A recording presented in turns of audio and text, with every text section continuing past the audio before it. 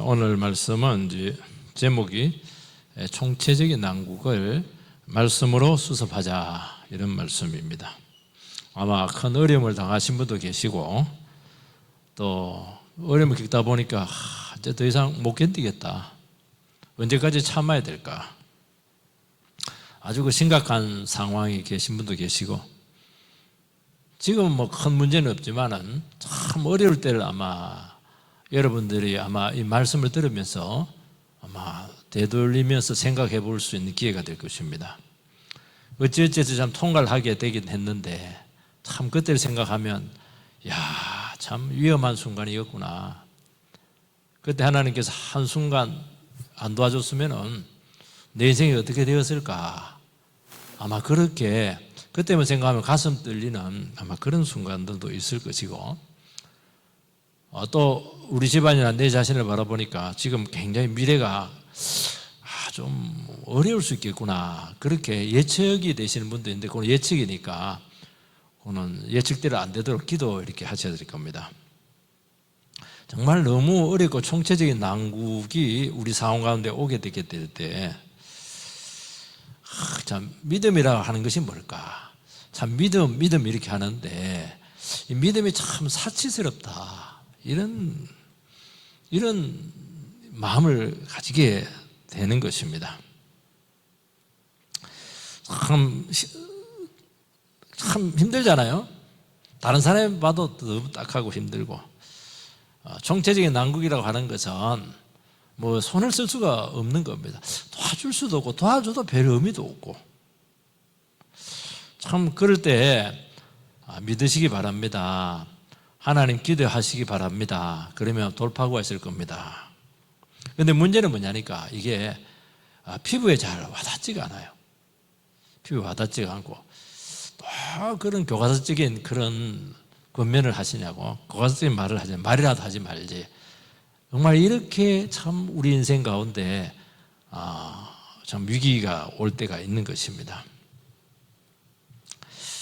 그런데 우리 한번 냉정하게 한번 생각을 해 보셔야 됩니다. 그러면은 다른 좋은 대안이 있느냐? 다른 과연 대안이 있는가? 소리가 조금 이상해지고, 다른 대안이 있느냐, 이렇게 생각할 때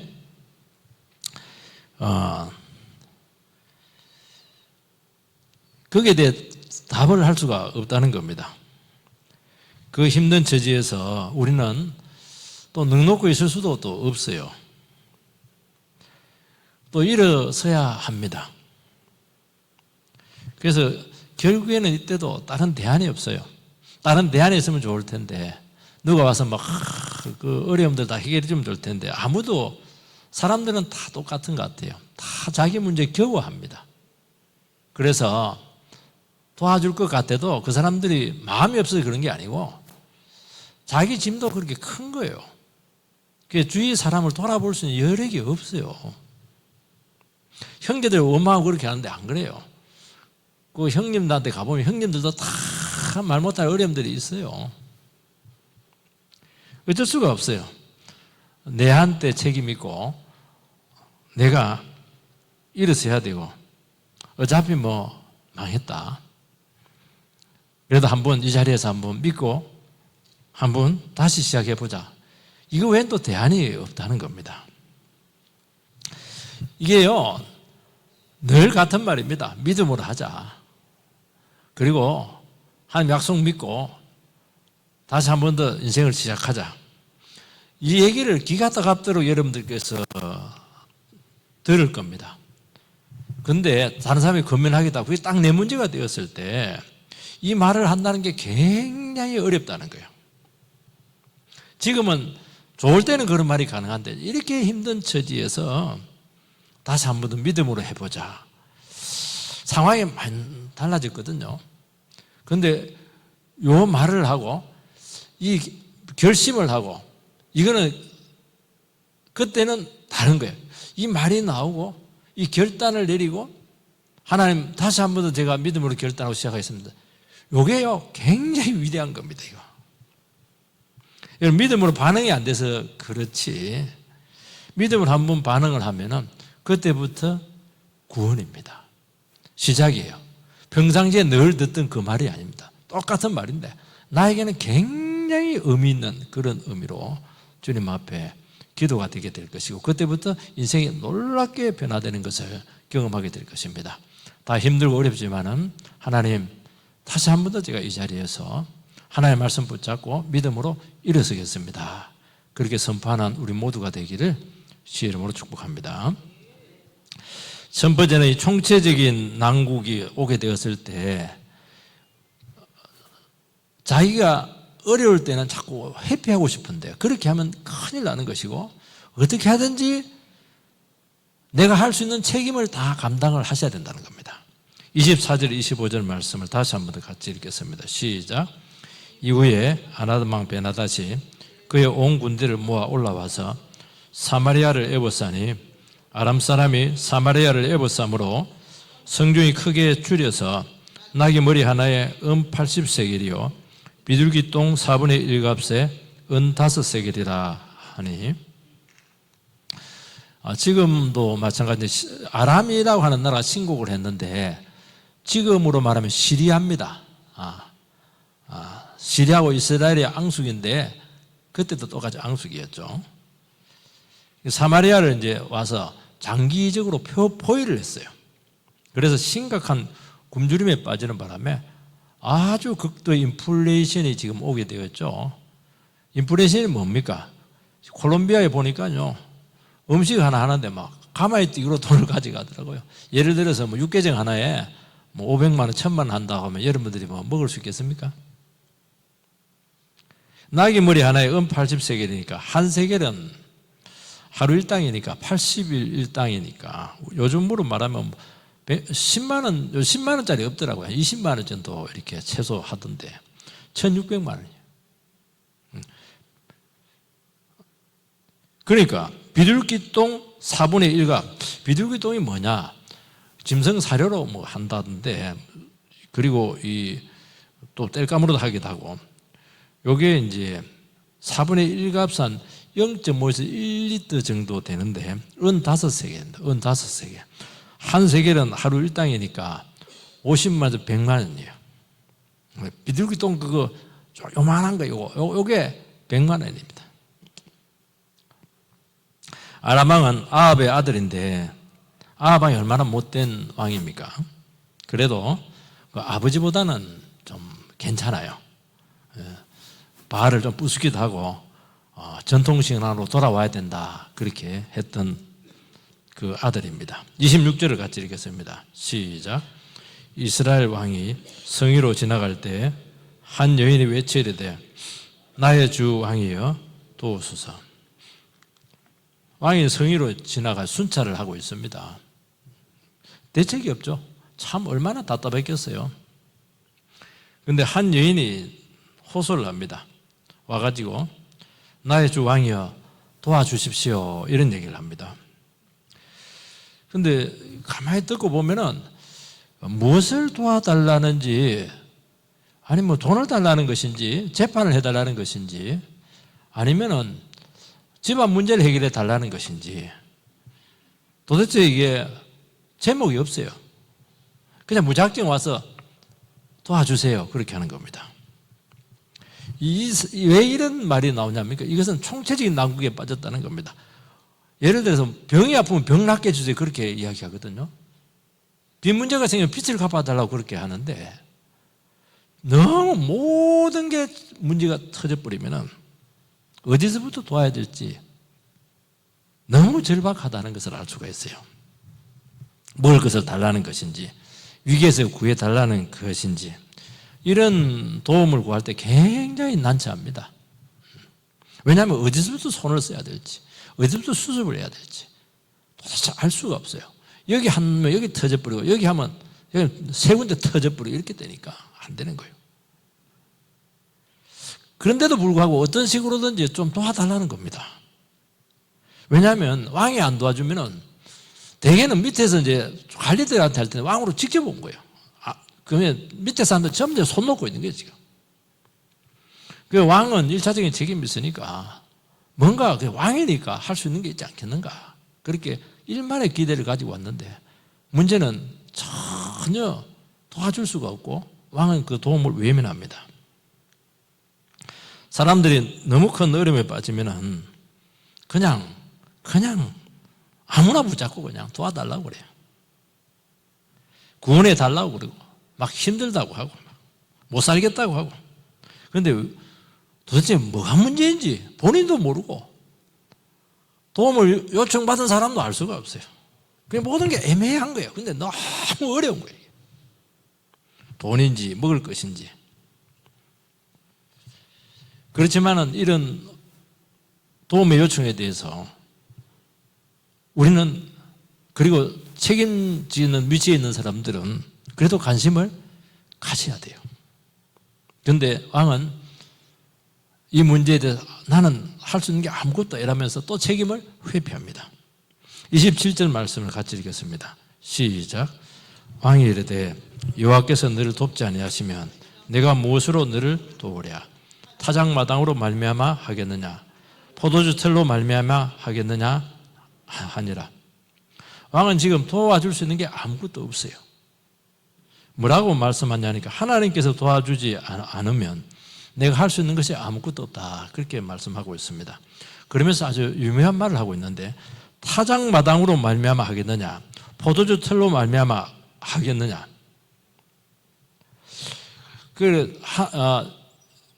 이게 중요한 말인데 왕의 1차적인 책임은 뭐냐? 백성들을 등 따시고 배부르게 해야 됩니다.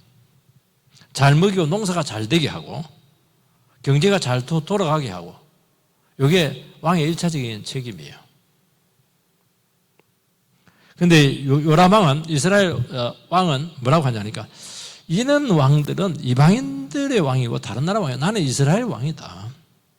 나는 그런 왕들하고는 좀 다르다. 이제 그런 식으로 피해가고 있습니다. 나는 하나님께서 세운 왕이기 때문에 나는 마음대로 할 수 있는 것이 없고 하나님께서 안 도와주면 할 수 있는 것이 아무것도 없다. 신앙이 좋은 겁니까? 안 좋은 겁니까? 말을 듣고 보면 굉장히 신앙이 있는 것 같아요. 나는 저 주위에 있는 아람이라든지 에돔이라든지 이런 나라들 왕하고 다르다는 거예요. 그 세속적인 왕하고 다르다. 나는 영적인 왕이고 하나님께서 세우고 하나님께서 안 도와주면 내가 할 수 있는 게 뭐가 있겠는가? 그런 얘기를 하고 있는 것입니다. 뭐 이스라엘 왕은 뭐 책임이 없습니까? 예수 믿는 가장은 자식들 뭐 굶어 죽여도 괜찮은 거예요? 아버지의 1차적인 책임은 가정 경제를 책임지는 거 아니겠어요? 근데 막 하나님께서 안 도와주고 하나님께 취직 안 시켜주고 하나님께서 막 그냥 길 안 열어주는데 내가 할 수 있는 게 뭐가 있겠냐고 이렇게 하면서 다시 피해가는 것입니다. 왕은 양심적으로 보이기도 하고 신앙적으로 보이기도 합니다. 그러나 딱 위기가 생기면은 그 위기를 수습할 1차적인 책임을 가지고 있는 사람이 지도자예요. 그 책임자입니다. 왕입니다. 그런데 곤란한 문제를 하나님께로 지금 떠넘기고 있습니다. 하나님께서 안 도와주는데 그렇게 하는 것입니다. 그러면 안 되는 겁니다. 적극 개입을 해서 결정을 내리고 행동하고 처방을 내려야 돼요. 아무것도 할 것 없는데 딱 마음 먹고 그래 내가 이 가정을 세워야 된다. 내가 이 나라를 세워야 된다. 내가 지금 회사를 경영하고 있는데 회사가 총체적인 지금 부실 문제에 빠져 있습니다. 그래 되든 안 되든 모르겠지만 내가 이 상황 가운데서 마지막까지 내가 한번 책임을 지겠다. 돈 가지고 튀지 말고. 요게 돼야 됩니다. 근데 요게 되려고 하면은 믿음이 필요합니다. 그러니까 이때는 사생결단을 하고 목숨을 걸어야 될 때가 있는 것입니다. 여러분, 어려울 때 책임을 지는 것이 굉장히 힘들어요. 왜냐하면 고통스럽거든요. 그리고 이 역할을 안 하고 부담을 다른 사람에게 자꾸 떠넘깁니다. 참 이게 문제죠. 그 순간 왕의 자격은 상실하게 되는 것입니다. 예를 들어 보겠습니다. 집안에 어려운 문제가 생겼습니다. 어려운 문제가 생기면 가장이 책임을 지고 손발 벗고 나서야 돼요. 고부간에 문제가 생겼어요. 고부간의 문제를 참 이게 해결하는 게 쉽지가 않아요. 엄마 편을 들 수도 없고 아내 편을 들 수도 없고. 그 중간에서 막 지지지지 그냥 시간만 가도록 방치하는 것입니다. 그러면 고립해지는 거예요. 가정이 점점 무너지게 될 수밖에 없어요. 어떻게 해야 됩니까? 개입해야 돼요. 아내에게도 개입을 해서 당신 왜 엄마에게 그렇게 잘 못하냐고. 문제가 뭐냐고. 당신 요즘 기도도 안 하고 그렇게 하던데 그거 뭐냐고. 그거. 제발 와서 새벽기도 나와서 기도해라고. 엄마도 불러야 돼요. 엄마도 아무리 엄마지만은 며느리에서 너무 그렇게 하지 마시라고. 내 아내라고. 내 아내한테 바로 그렇게 막 말하고 그렇게 하지 마시라고. 그렇게 하면서 엄마도 엄마의 자리를 지키시기 바랍니다. 이렇게 중간에서 수습을 해줘야 돼요. 그럼 뭐 엄마는 뭐 네가 변했다. 아내는 막 당신 내 남편이가 원래 그 남편 뜻이 남의 편입니다. 내 편 아니? 그러면서 막 그냥 이렇게. 근데 그렇게 하면 나중에 하나님 도우십니다. 그래서 어떻게 하냐니까 서수배가 그렇게 하죠. 나중에 가서는요. 그래 그때 내가 참 생각이 짧았다. 네가 그 중간에서 얼마나 힘들었겠냐. 네가 개입해서 이렇게 해주는 바람에 그나마 봉합이 되었구나. 그러면서 참 아들을 인정하게 되고 아내는 또 남편을 인정하게 되고 이렇게 하는 거예요. 근데 그게 계속 안 하고 남겨도 나중에 어떻게 되겠어요? 아들도 아니에요. 남편도 아니에요. 물론 남편이고 아들이지만 이미 인정을 안 해주는 거예요. 상대를 안 해줘요. 자격이 상실되는 거예요. 하나님께서 안 해결해 주는데 어떻게 해? 기도는 합니다. 기도는 하고 또 막 기도원도 가고 이렇게 해요. 물론 그것도 하긴 해야 돼요. 그렇지만 더 중요한 것은 그러면 안 되죠. 문제를 해결해야 돼요. 이 문제가 있구나. 이 문제를 직시를 해서 내가 해결하지 않으면 안 된다. 네 그 자리에 앉혀놓은 것을 그 문제 해결하라고 책임지라고 앉혀놓지 않았겠는가 해요. 그 얘기하고 있는 것입니다. 이거는 다른 사람이 대신해 줄 수가 없어요.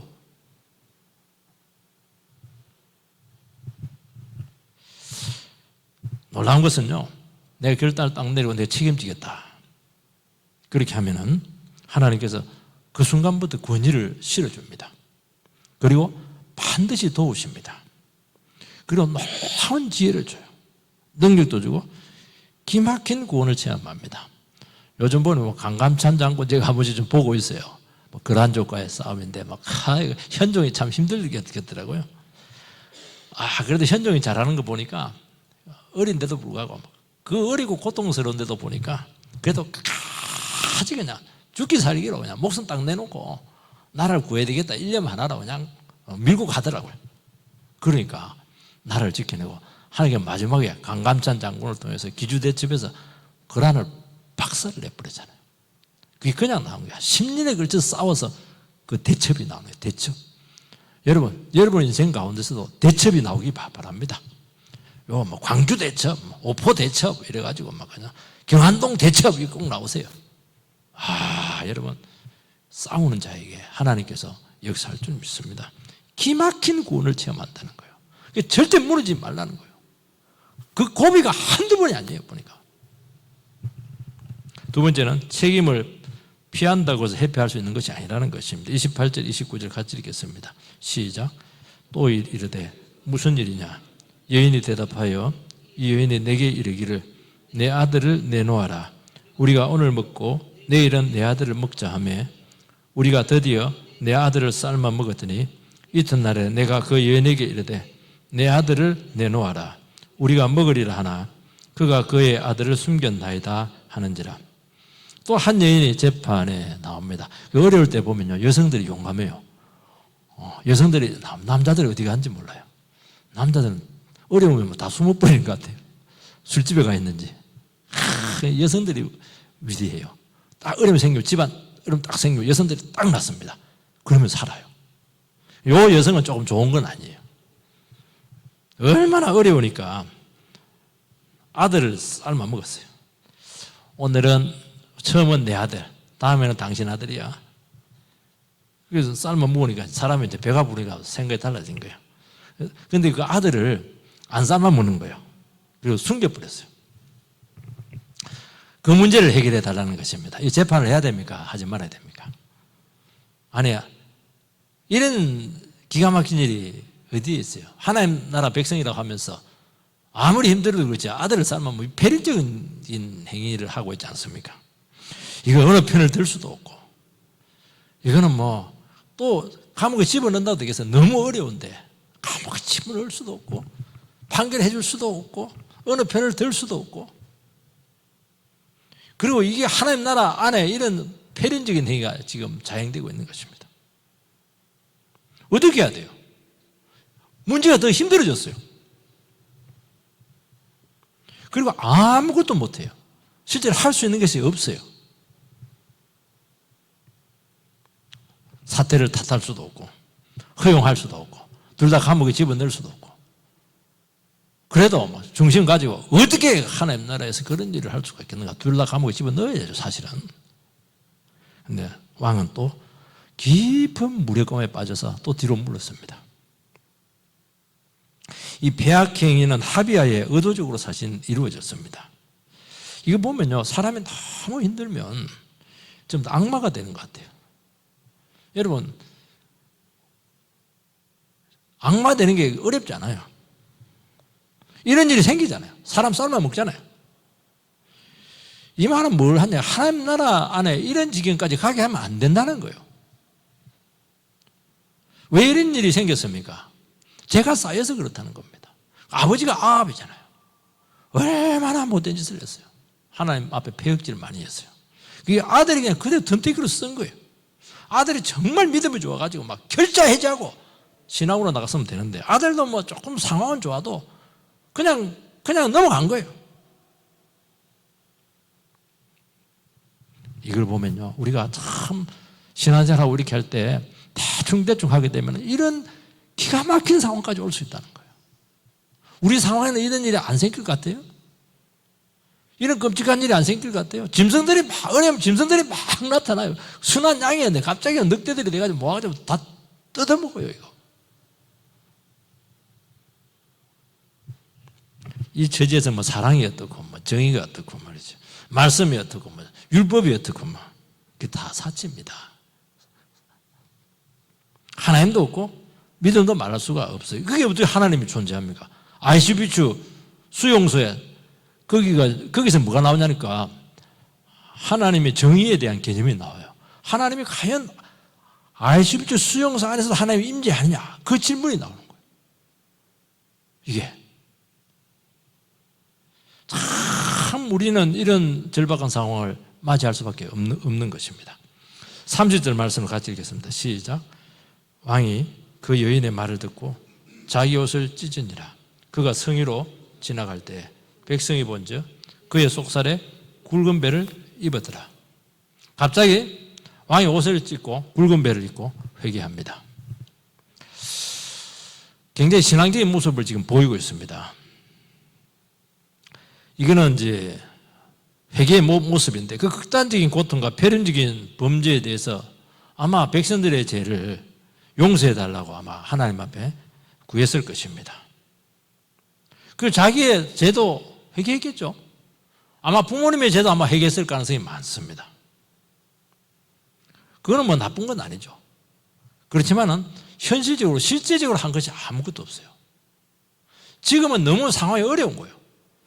물론 회개도 하고 하나님 앞에 나와서 막 기도도 하고 이렇게 하는 것도 맞아요.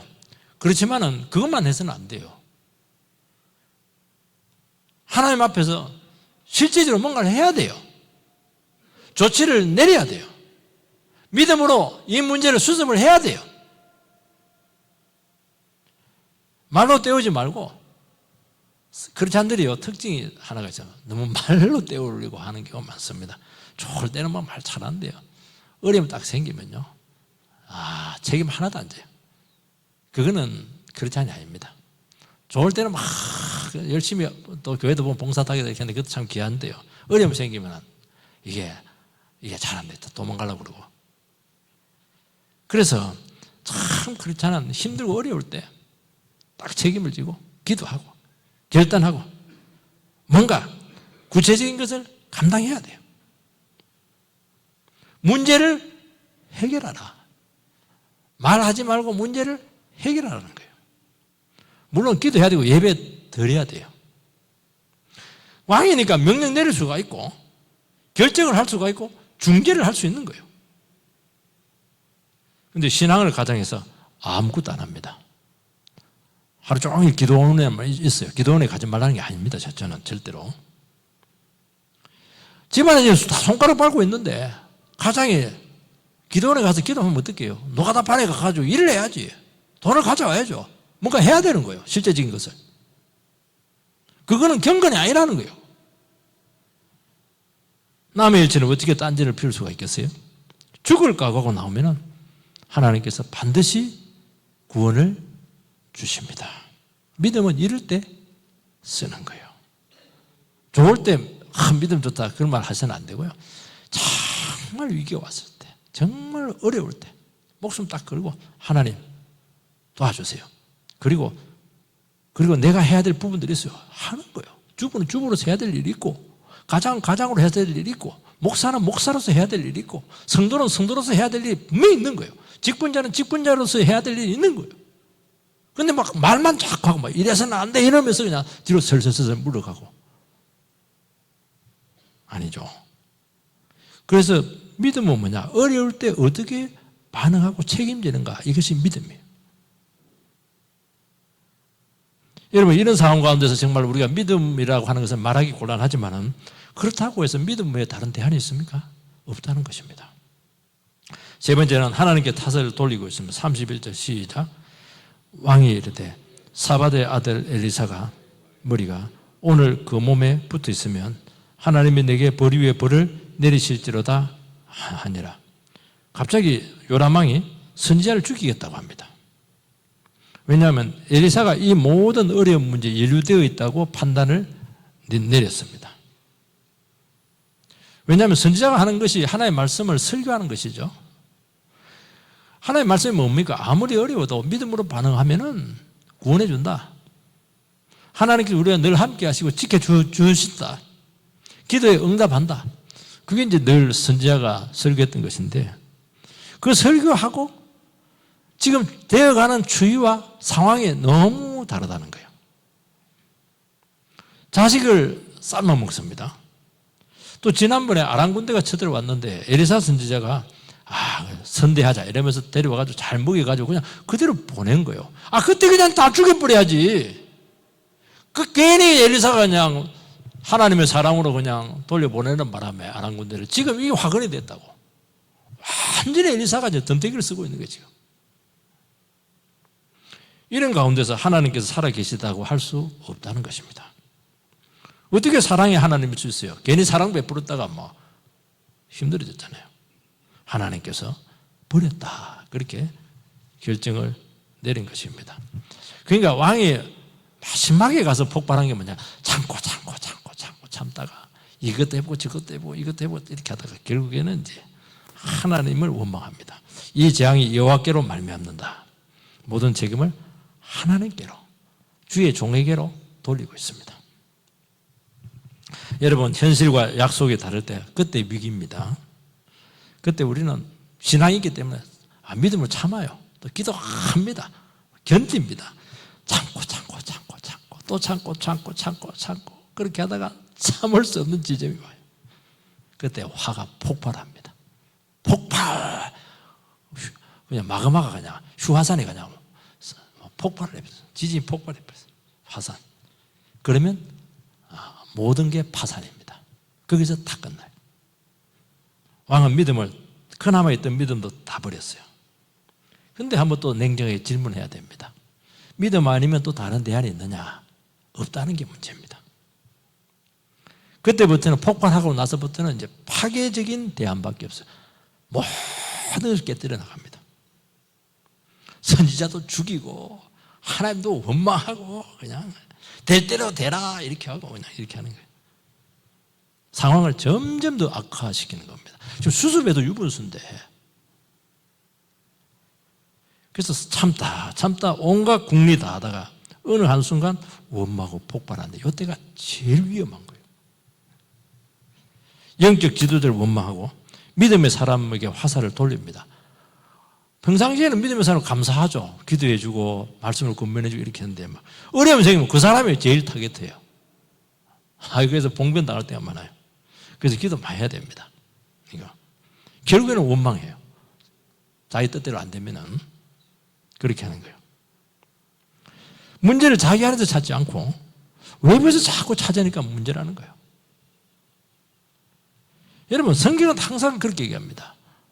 문제는 물론 그 상황들도 그 사람만의 책임을 할 수는 없지만 그래도 하나님께서는 먼저 네 안에서 문제를 찾아라 말씀하고 있어요. 그 말은 뭐냐니까 너와 하나님과의 관계에서 이 문제를 해결하라는 것을 말씀하고 있는 것입니다. 상황은 우리가 어떻게 할 수가 없어요. 그렇지만 하나님은 인격적인 분이시잖아요. 하나님 앞에 대안이 있거든요. 그동안 내가 기도 안 했고 내가 하나님 앞에 바른 관계 없었었고 내 안에 우상이 있었었고 뭔가 해결될 문제가 믿음이 없었어요. 대충 지나자는 거예요. 그냥 주일 되니까 오고 그냥 심지어 빠져버리고 뭐 빠진 거 나쁜 건 아니지만 문제가 딱 터지니까 전부 다 하나님께로 지금 문제를 돌리고 있는 거예요. 주님께서는 이런 가운데서도 다시 나를 신뢰하고 너의 문제를 맡길 수 있는가? 그 고요 질문하고 있는 거죠. 이때 진짜 한번 믿음을 써볼래? 형식적인 믿음, 진실한 믿음을 바꿔볼래? 그 얘기하는 거죠. 여러분 이 나라를 이 꼴로 만든 장본이 누구죠? 하나님이세요? 왕이잖아요. 이스라엘은 하나님 뭐자고 믿음으로 나가면 100% 지켜줍니다. 왕은 그동안 은혜와 혜택은 전부 다 당연시하고 어려움을 자초해 놓고 나서 자기 부모 때부터 그 책임은 하나님께로 전부 다 떠넘기고 있는 것입니다. 이해는 돼요. 그 자리가 얼마나 힘들어요. 정말 외로운 자리잖아요. 상의할 수도 없고 책임은 책임대로 져야 돼요. 감당은 안 되고 이거 어떻게 해야 돼요 지금. 왕은 원망이 아니라 이때 진짜 회개해야 돼요. 왕은 선지자가 아무 조치나 말씀을 하지 않는 것에 막 화가 났어요. 아니 신방이라도 오지 나한테 와가지고 안수라도 해줘야지. 어릴 때는 가서요 잘못하면 맞아요. 선지자 갔다가 이랬다 그러면 독이 올라가지고 그냥 그게 참 어려워요 이게. 선지자도 알잖아요. 그러니까 더 무관심하게 느껴지는 거예요. 일이 어려운데 나한테 신방을 안 해주는 거야 이렇게 하는 거예요. 왜 관심을 안 써주는 거야 이렇게 하는 거죠. 이런 하나님과 선지자가 이런 상황까지 가지 않도록 방치했다는 겁니다. 이런 상황까지 가도록 방치했다는 거예요. 그런데 정말 선지자가 방치했습니까? 아니죠. 여러분 지금 선지자가 장로들하고 함께 지금 밀실에서 의논하고 있고 기도하고 있거든요. 어떻게 백성이 고난받는데 어떻게 선지자가 편할 수가 있겠어요? 성도님들이 괴로워하는데 어떻게 목사가 가만히 있을 수 있겠어요? 잠 못 자요. 그래서 손을 쓸 수가 없으니까 힘든 거예요. 물어보기도 하고 상의하기도 하고 대안은 없고 참 그 상황을 바라보니까 이게 인간이 할 수 있는 부분이 없고요. 또 준비가 안 돼 있고 왕은 준비가 안 돼 있고 왕은 결국 자객을 보내서 죽이려고 합니다. 얼마나 독이 올랐든지 자객이 왔어요. 칼 들고 딱 왔는데 여러분 엘리사 선지자가 얼마나 능력이 좋습니까? 저놈의 자식 제가 하늘에 불이 내려서 전부 다 꺼실려 버려라 이렇게 하면 될 텐데 그렇게 안 해요. 문고리 잡고 문 열어 문고리 잡고 문 안 열어줘 뭐 그렇게 하죠. 부부싸움 할 때 그러잖아요. 부인이 막 문고리 잡고 문 열어 이 여자야 뭐 이렇게 하고 나면 문고리 안 열어주잖아요. 참 그때 참 처절하죠. 그 선지자는 자기 방을 위해서 자기 힘을 하나도 안 써요. 힘이 없어서 안 쓰는 게 아니야. 그 힘 쓰면 안 돼요. 어려울 때 절대로 힘 쓰면 안 돼요.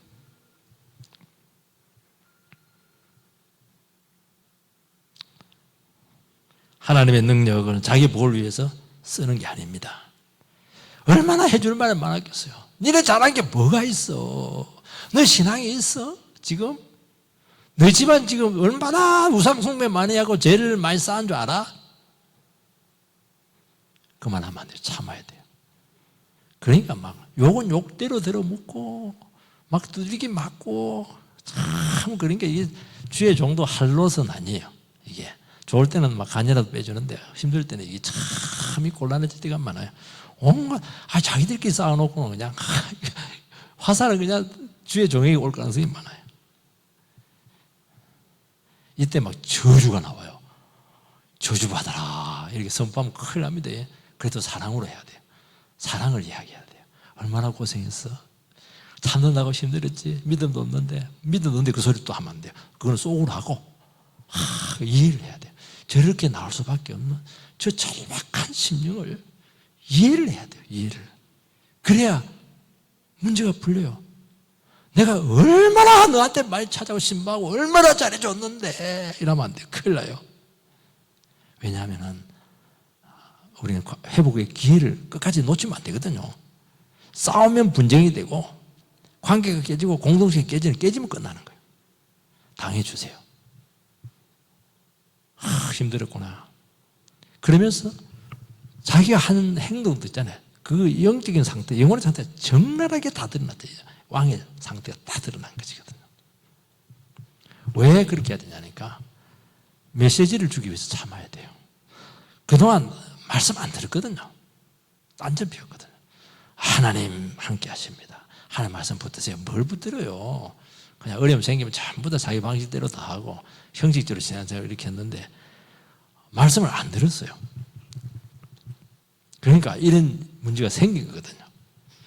이제는 하나님께서 말씀을 선포할 때가 된 것이에요. 말씀 때문에 말을 안 하는 거예요. 그런데 막 화를 내버리고 막 공격을 해버리고 이렇게 해버리면 그나마 마음을 닫아버려요. 사람은요 못된 짓 막 하잖아요. 자기도 알아요.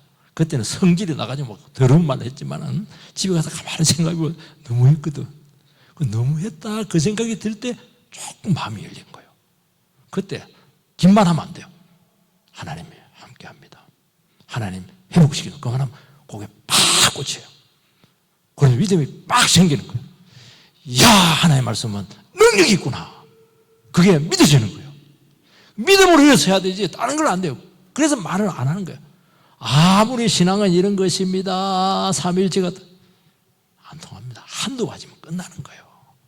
너무 두려워하지 마시라고. 하나님 대안이 있다고 기다려보자고. 근데 그때는 들려요. 우리 말씀 잘 안 듣거든요. 그렇게 하는 거예요. 그래서 여러분들이 기억해야 돼요. 여러분 하나님 처방이 어떻게 나와요? 1절 같이 읽겠습니다. 시작. 엘리사가 이르되 여호와의 말씀을 들을지어다. 여호와께서 이르시되 내일 이맘때 사마리아 성문에서 고운 밀가루 한 사를 한 세겔로 매매하고 보리 두 사를 한 세겔로 매매하리라 하셨느니라. 하나님 그때 말씀이 임했습니다. 그 처방은 24시간 안에 모든 것이 정상화된다는 거예요. 아람은 떠나고 인플레이션은 내려가고 음식도 생기고 평안이 찾아온다. 여러분 믿어집니까? 너무 비현실적입니다. 그런데 선지자는 설명을 안 해요. 아람이 물러가는 것은 애국이 와가지고 원병이 왔습니다. 인플레이션이 이렇게 회복되는 것은 돈을 엄청나게 IMF 금고에서 막 돈 빌려줬으면 그렇게 안 해요. 그것만 하면 말꼬리 잡고도 늘어지거든요. 선포하는 게 선포. 왜 선포하냐? 선포 앞에서는 두 가지밖에 없어요. 지금이라도 믿을래? 안 믿을래? 그 두 가지 방법이 없어요. 인간에게 여지를 주면 안 돼요. 구체적인 해결책도 없어요. 말씀만 딱 선포합니다. 하나님은 늘 같으세요. 지금 너에게 증거되고 있는 하나님의 말씀을 들으라는 거예요.